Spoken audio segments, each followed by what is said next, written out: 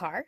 If so, consider yourself pretty lucky. For about 1/3 of the population, looking at a book while moving along in a car, or boat, or train, or plane quickly makes them sick to their stomach.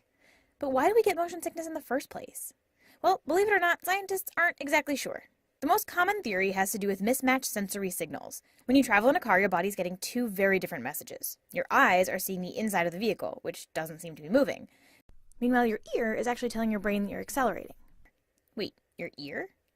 Yeah, your ear actually has another important function besides hearing. In its innermost part lies a group of structures known as the vestibular system, which gives us our sense of balance and movement.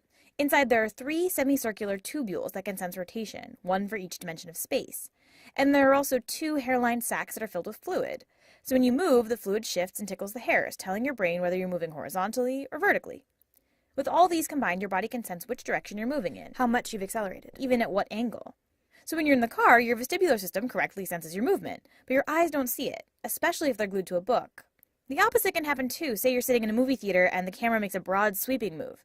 This time, it's your eyes that think you're moving, while your ear knows that you're sitting still. But why does this conflicting information have to make us feel so terrible?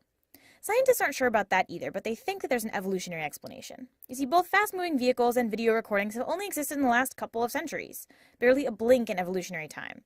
For most of our history, there just wasn't that much that could cause this kind of sensory mix-up, except for poisons.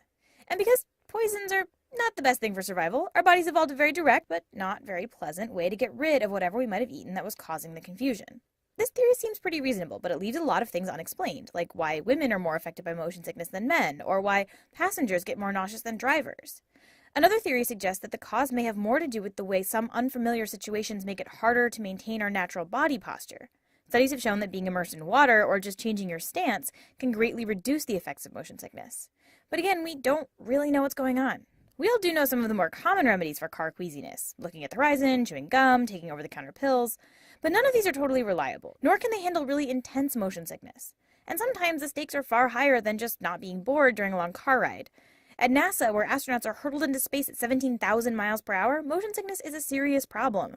So in addition to researching the latest space-age technologies, NASA also spends a lot of time trying to figure out how to keep astronauts from vomiting up their carefully prepared space rations. Much like understanding the mysteries of sleep or curing the common cold, motion sickness remains one of those seemingly simple problems that, despite amazing scientific progress, we still know very little about. Perhaps one day the exact cause of motion sickness will be found, and with it, a completely effective way to prevent it.